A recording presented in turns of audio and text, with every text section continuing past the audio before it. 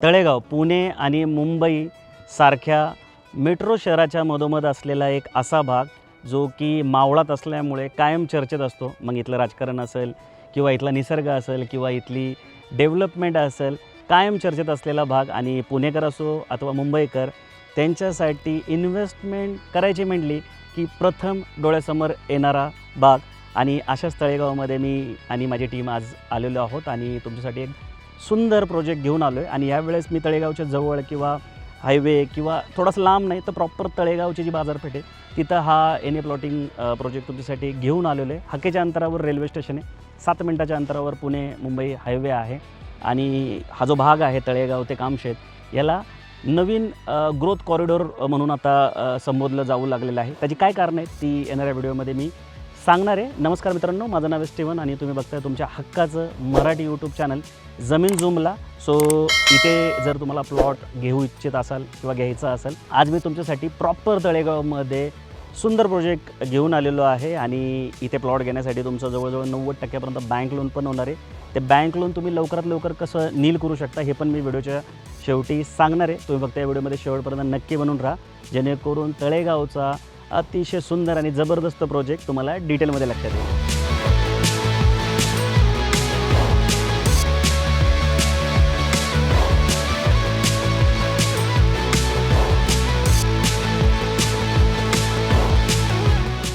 So मंडळी, थोडक्यात बिल्डरबद्दल समजून घेऊया आणि या प्रोजेक्टच्या टायटलला पण डिटेलमध्ये समजून घेऊया.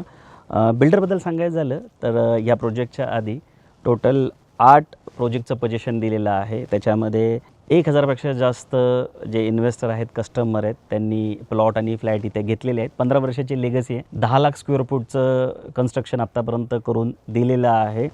आणि सगळे जे प्रोजेक्ट आहेत ते क्लिअर टायटल आणि मोठे प्रोजेक्टच बनवलेले आहे. आता या प्रोजेक्टच्या टायटलबद्दल सांगायचं झालं तर NA PMRD आणि रेरा सँक्शन असा हा प्लॉटिंग प्रोजेक्ट आहे. त्यामुळे तुम्ही बिंदास या प्रोजेक्टला साईट व्हिजिट करू शकता आणि इथं इन्व्हेस्टमेंट करू शकता. NA असल्यामुळे तुमचं separate sale deed 7/12 bank loan इथे होणार आहे. PMRD सँक्शन असल्यामुळे मॅक्सिमम FSI तुम्हाला इथे मिळतो आहे. आता FSIबद्दल सांगायचं झालं तर FSI म्हणजे फ्लोअर स्पेस इंडेक्स. लिगली किती कन्स्ट्रक्शन तुम्ही करू शकता. इथं 1.53चा FSI आहे. सगळ्यात छोटा प्लॉट 1208 स्क्वेअर फूट जरी घेतला तुम्ही तर 1846पर्यंत तुमचं लिगल कन्स्ट्रक्शन इथे होऊ शकतं. आणि जवळजवळ 1800 प्लसचा जर आपण विचार केला कन्स्ट्रक्शनचा तर 4-5 BHK तुमचा इथे होऊ शकतो, खालीवर किंवा ग्राउंड +2 फ्लोअरचं बाजूने असं गार्डन जसं आता तुम्हाला इथे दिसतं आहे असं व्यवस्थित तुमचं स्पेशियस इथे होऊ शकतं. कारण फक्त लिगल असल्यामुळे किंवा PMRD सँक्शन असल्यामुळे किंवा मॅक्सिमम FSI असल्यामुळे आता इथे कन्स्ट्रक्शनला पण तुम्हाला बँक लोन आरामशीर होऊन जाईल. PMRD सँक्शन असल्यामुळे लोडिंगचे पैसे लागणार नाही. आता ह्या प्रोजेक्टमधले रोड जे आहेत ते 18 आणि 12 मीटरचे पण सोडण्यात आले आहेत, 9 मीटरचे पण आहेत. पण ह्या रोडचे तुम्हाला अतिरिक्त पैसे द्यायची कुठली गरज इथे पडणार नाही. बाकी रेरा सँक्शन असल्यामुळे कमिटमेंट केलेले आहेत ॲम्युनिटीजच्या खास करून आणि डेव्हलपमेंटच्या 10 फॅसिलिटी तुम्हाला इथं मिळणार आहेत. 11 ॲम्युनिटीज आहेत. त्या जर नाही मिळाल्या भविष्यात तर रेरामध्ये तक्रारसुद्धा तुम्ही करू शकता. बाकी क्लिअर टायटल असल्यामुळे बिंदास तुम्ही इथे इन्व्हेस्टमेंट जी ती करू शकता. या प्रोजेक्टमध्ये इन्व्हेस्टमेंट करण्याचे अनेक कारणं आहेत, पण जर मेन कुठलं कारण असेल ना तर या प्रोजेक्टचं लोकेशन आणि उत्तम कनेक्टिव्हिटी. या प्रोजेक्टपासून हाकेच्या अंतरावर तळेगावचं रेल्वे स्टेशन आहे. 7 मिनटाच्या अंतरावर जुना मुंबई पुणे हायवे आहे.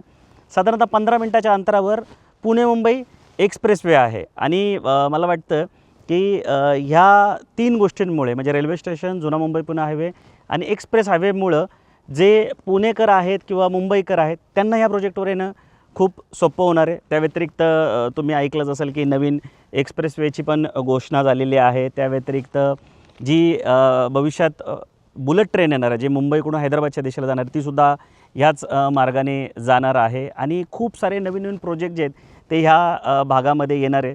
सोबत आता जर मिसिंग लिंक सुरू झाला तर नवी मुंबई इंटरनॅशनल एअरपोर्टपासून इथं यायला आत्ता 1.5 तास लागतो, जो की पुढं जाऊन 1 तासापेक्षा कमी लागणार आहे. त्या व्यतिरिक्त जे पुण्याचं इंटरनॅशनल एअरपोर्ट आहे, पुरंदर इंटरनॅशनल एअरपोर्ट, तिथं जायला पण तुम्हाला साधारणतः 1 तास लागू शकतो. कारण रिंग रोड जो आहे तो आपल्या प्रोजेक्टला इथे घासून गेलेला आहे आणि रिंग रोडचं काम सुरूसुद्धा झालेलं आहे. सो त्या व्यतिरिक्त ज्या तुम्हाला डेली लागणाऱ्या गोष्टी आहेत जसं की शाळा आहे, हॉस्पिटल आहे, इंडस्ट्रियल हब आहे. आता इंडस्ट्रियल हबबद्दल सांगायचं झालं तर तळेगाव MIDC जी आहे ती 7च मिनिटाच्या अंतरावर आहे. भोसरी, तळवडे आणि चाकण MIDC जी आहे ती अर्धा तासाच्या अंतरावर इथून आहे.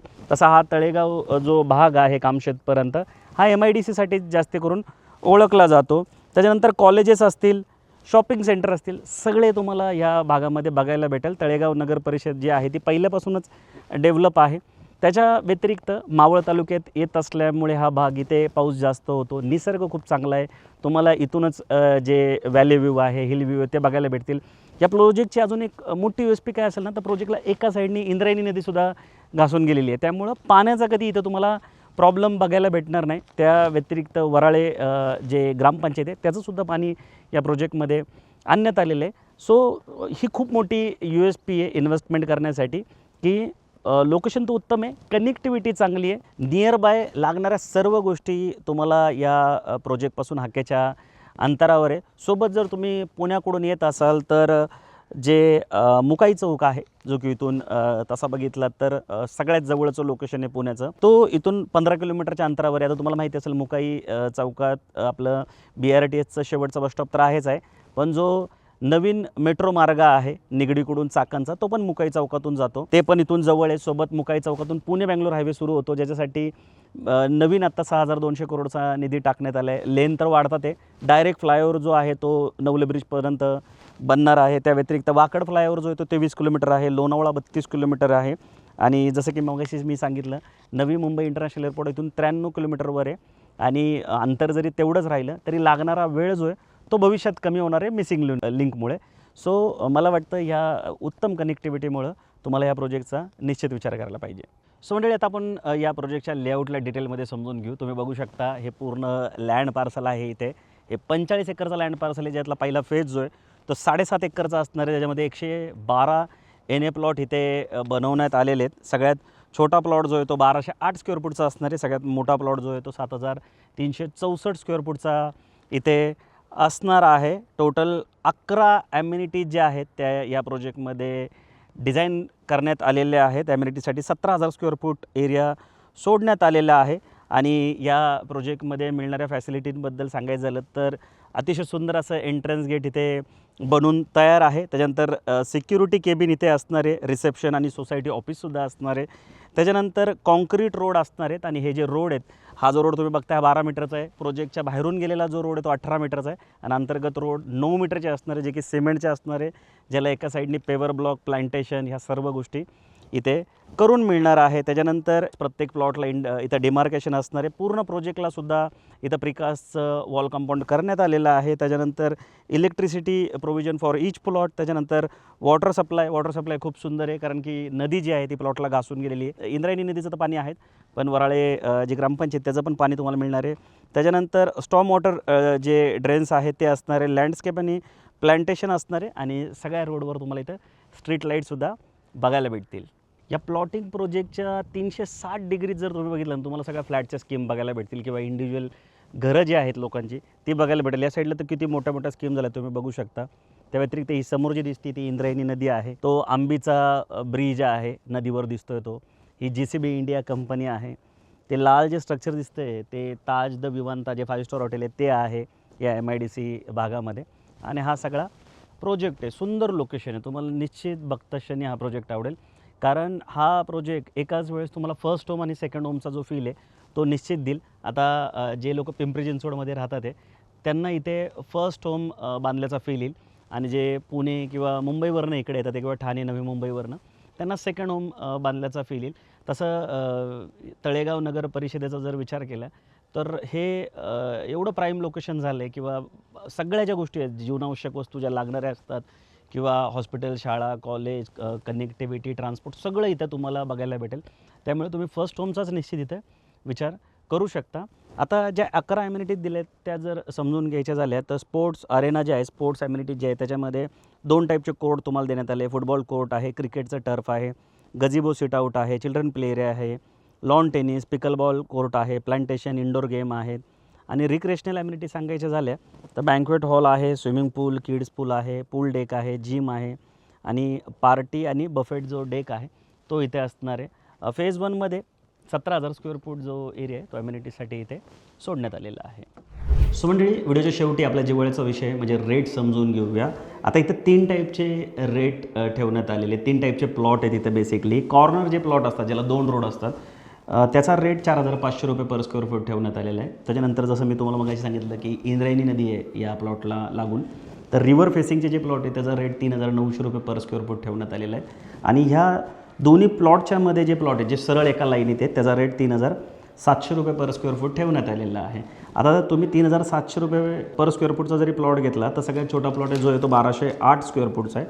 त्याची पॅकेज कॉस्ट जी आहे ती 53 लाख रुपये इथे जाणार आहे.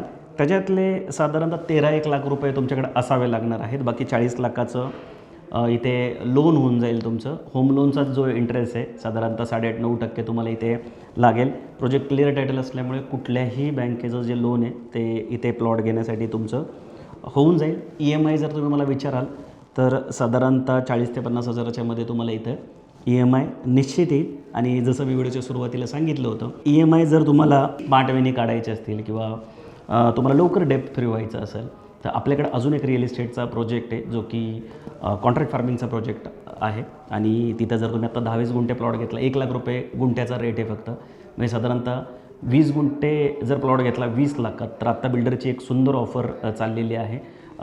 प्रमोशनल बेनिफिट म्हणा किंवा तुम्हाला प्रॉफिट जो आहे तो ऑफरंट शेअर करत आहे ते बिल्डरची कंपनी, जिथे तुम्हाला 20 लाखाच्या इन्व्हेस्टमेंटवर 60,000 रुपये चा जो मोबदला आहे, प्रॉफिट आहे, तो बिल्डरकडून नेक्स्ट महिन्यापासून येतो आहे. सो तुम्ही जर कॉन्ट्रॅक्ट फार्मिंगच्या प्रोजेक्टमध्ये 20 लाख इन्व्हेस्टमेंट केले तर इकडच्या NA प्लॉटचा जो EMI आहे तो आरामशीर तुमचा निघून जाईल. आता हे कॉन्ट्रॅक्ट फार्मिंग जे आहे ते अगरवूडचं आहे. अगरवूडच्या जे तेलाला इंटरनॅशनल मार्केटमध्ये खूप मागणी असते. खूप मोठा प्रॉफिट जो आहे तो तुम्हाला छोट्याशा 20 गुंठ्याच्या प्लॉटमधून होऊ शकतो. त्याच्यातला काही प्रॉफिट जो आहे तो डेव्हलपर तुम्हाला शेअर करतात आहे. सो इथं 13 लाख रुपयाची इन्व्हेस्टमेंट करताना तुमच्याकडे जर अजून 20-1 लाख रुपये असतील तर तुम्ही 20 लाखात 20 गुंठे प्लॉट घेऊन कॉन्ट्रॅक्ट फार्मिंगच्या मार्फत पण येणारा जो प्रॉफिट आहे त्याच्यातून इथली EMI क्लिअर करू शकता. सो तुम्हाला हा कॉन्सेप्ट समजून घ्यायचा असेल अगरवूड कॉन्ट्रॅक्ट फार्मिंगचा तर निश्चित स्क्रीनवर दिलेल्या नंबरला कॉल करून आम्हाला संपर्क करा.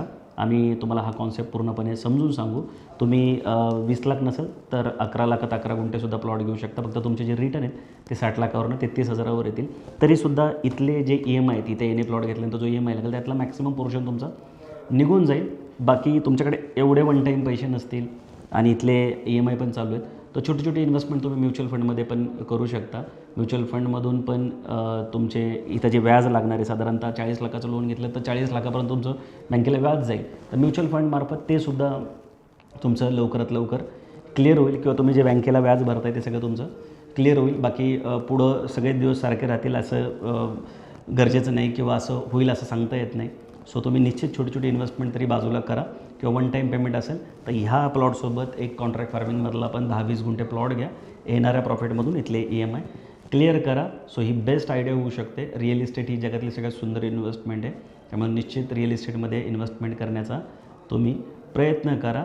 बाकी आमच्या चॅनलवर पहिल्यांदा आला असेल तर असे रेग्युलर व्हिडिओ बघण्यासाठी आमच्या चॅनलला सबस्क्राईब करायलासुद्धा मुळे विसरू नका. आपलं पूर्ण पश्चिम महाराष्ट्रातलं किंवा महाराष्ट्रातलं एकमेव मराठी टॉपचं चॅनल आहे आणि हे जमीन जमलं तर आपलं फक्त म्हणजे लँड रिलेटेड चॅनल आहे.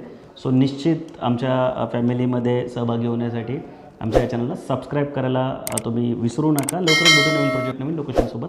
तोपर्यंत नेहमीसारखं स्वस्त राहा, मस्त राहा, खुश राहा. जय हिंद.